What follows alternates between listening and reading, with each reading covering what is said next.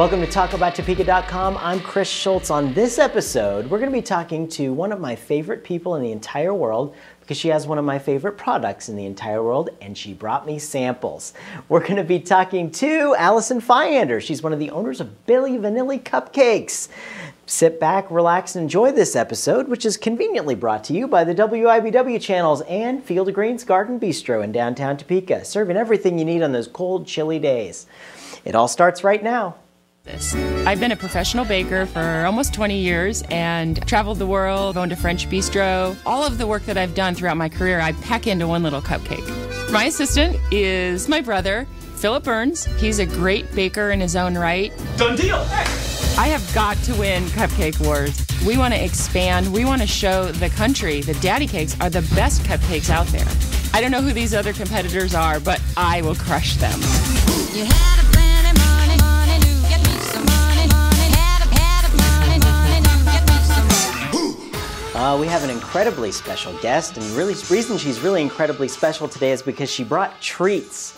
It's Allison Fiander, owner of Billy Vanilly Cupcakes. Allison, how are you doing? I'm good. Thanks for having me on. Oh, absolutely. Thanks for coming. You are one of my guiltiest pleasures of the city.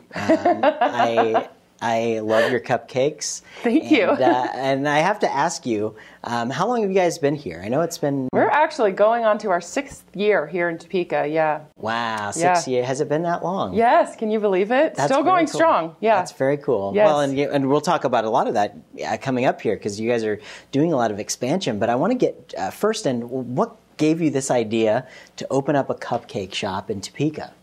Well, that's a great question because I am a trained pastry chef. I've been doing baking and pastry for all of my career, and but I'm originally from California, and I had been living in France, training as a French pastry chef. And I had a French bakery cafe in Prairie Village, Kansas, and I knew that when I moved to Topeka, I didn't really want to try and go that French route again. I wanted to do something a little bit more down home, a little more Midwestern. And a friend sent me an article about a cupcake store that was thriving in Akron, Ohio. And I thought, you know, that might be just the thing for Topeka, Kansas. And, you know, the cool thing about cupcakes is they are hip and trendy and also kind of retro and nostalgic at the same time. Sure. And so to me, that sounded like a winning combination.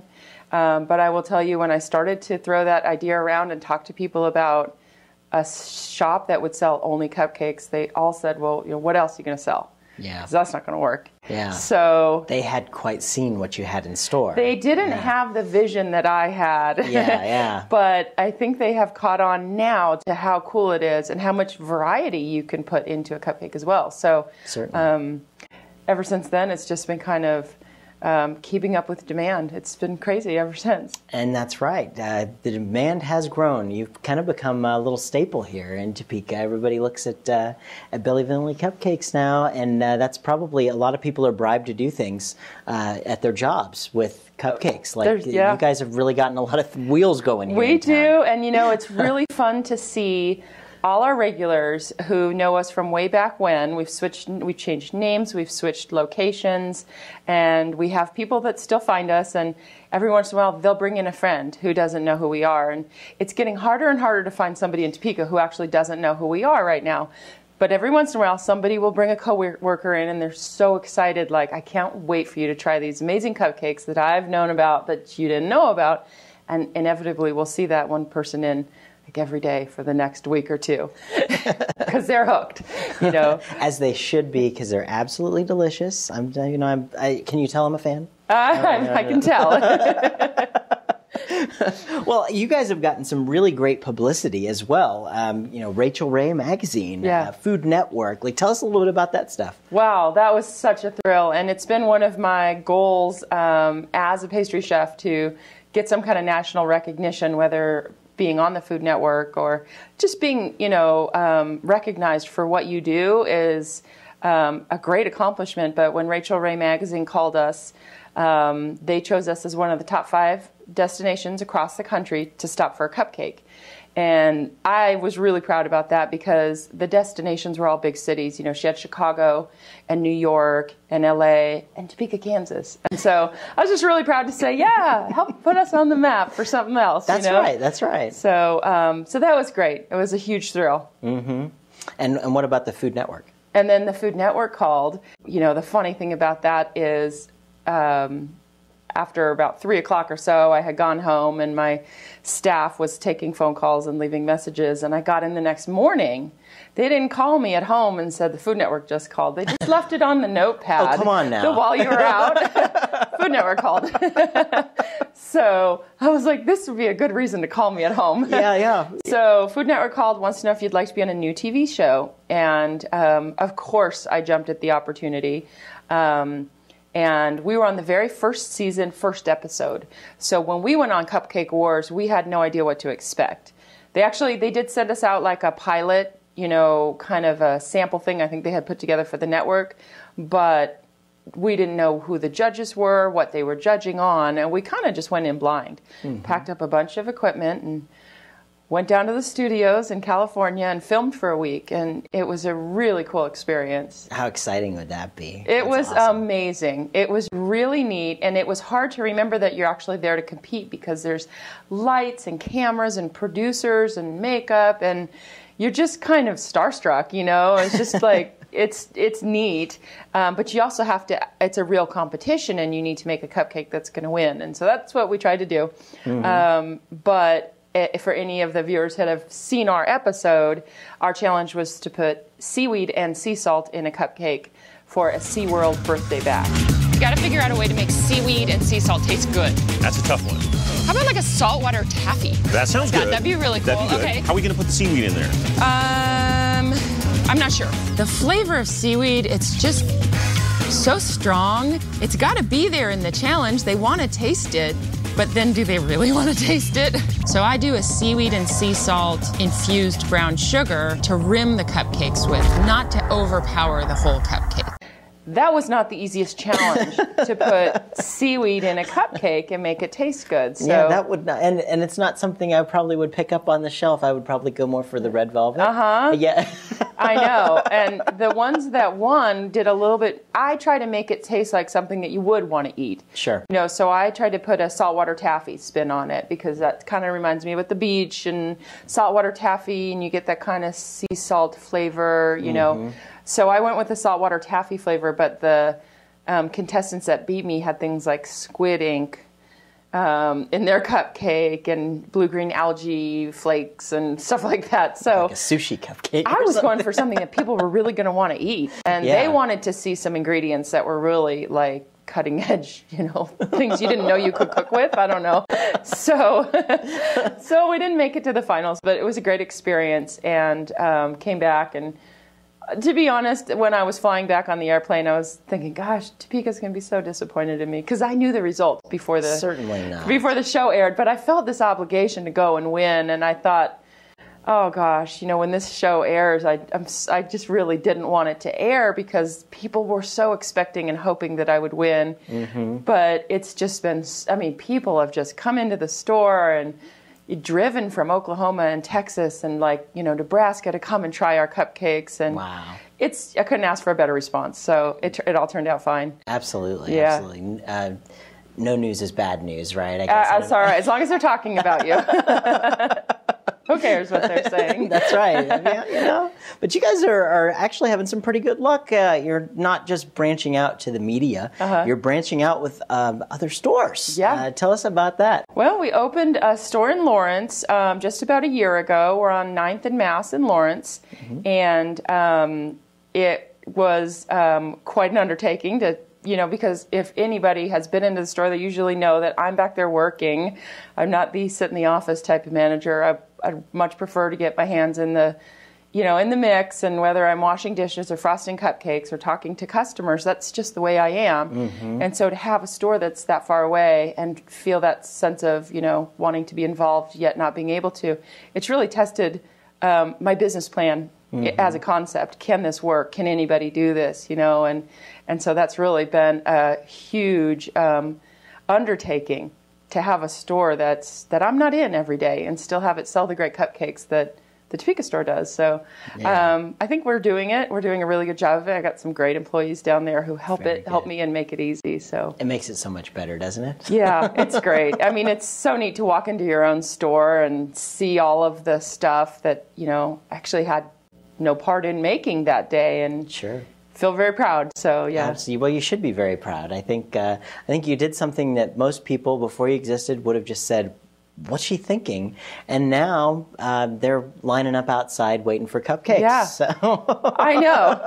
I pinch myself every day and think that same thought. And it's just, for me, it was just a combination of a great idea in a town that was ready for it, at a time that was ready for it, and a whole lot of work on my part to make sure that this took off. So, and now we're looking at, new stores in other cities. And so you got more stores down the pipeline? We do. We're looking at Manhattan. Cool. We're looking at Kansas City. We're looking at a lot of different locations because, this is although we like to keep it to ourselves here in Topeka and brag about it, it's a concept that's going to work really well in a lot of different towns. So it's exciting what we're doing there. As a Topekan my whole life, it's really exciting to see people who can come here, start something here, and just take it other places. I mean, really, there's a lot to be said that if you think your act's good, try it in Topeka. And I think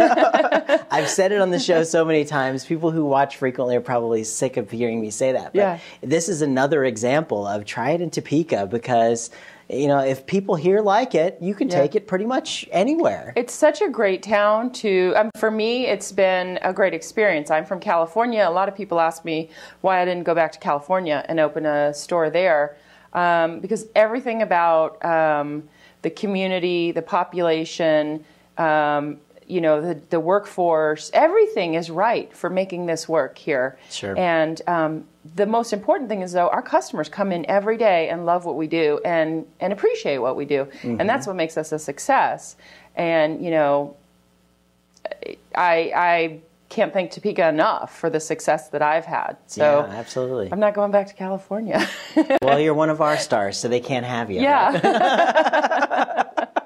Well, you brought some samples, and I want you to tell me a little bit about what we're looking at here. Okay. As far as the samples that you brought. You have several different sizes. Yeah, so our whole concept in the store is that they all come available in 3 sizes. The largest is called the Big Kid.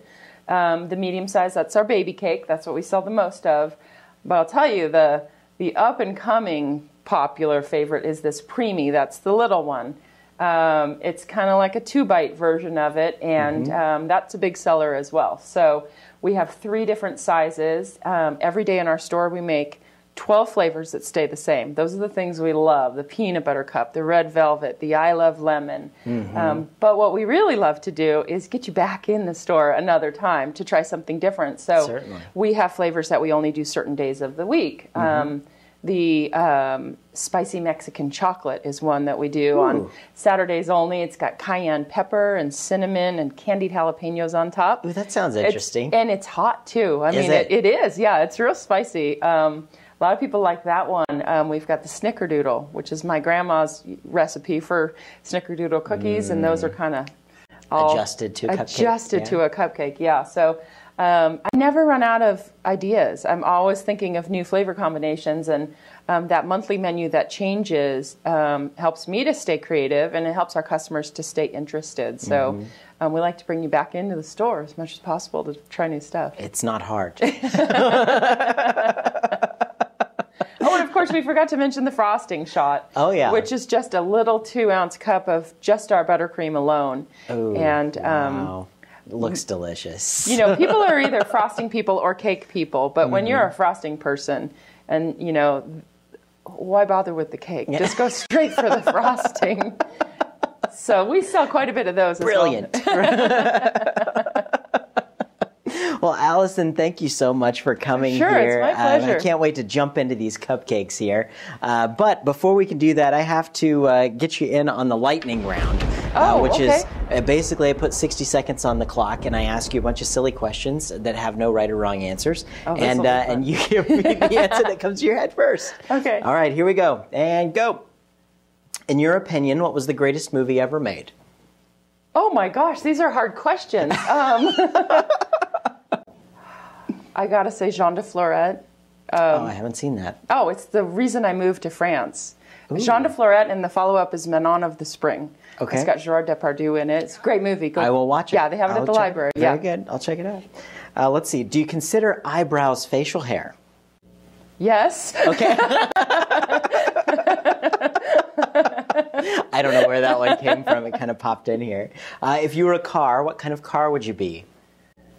Oh gosh, I would be something like,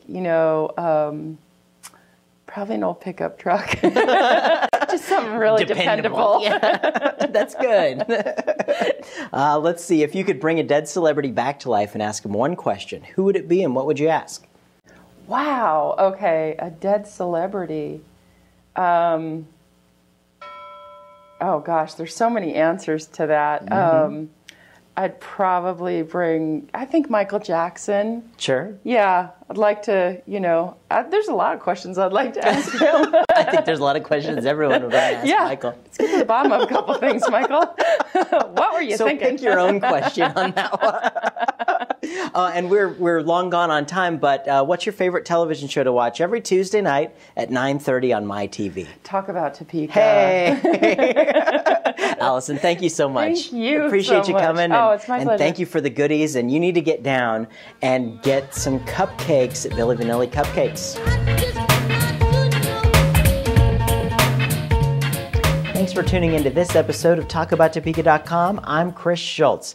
If you liked what you saw today, please help our guests spread their message by sharing our videos with your friends. You can also find us on Facebook, Twitter, and be sure to subscribe to our YouTube channel. This episode of Talk About Topeka was brought to you by the WIBW channels and Field of Greens, a garden bistro in downtown Topeka. Topeka's #1 salad bar, according to me. Thanks for joining us. Remember, keep talking about Topeka.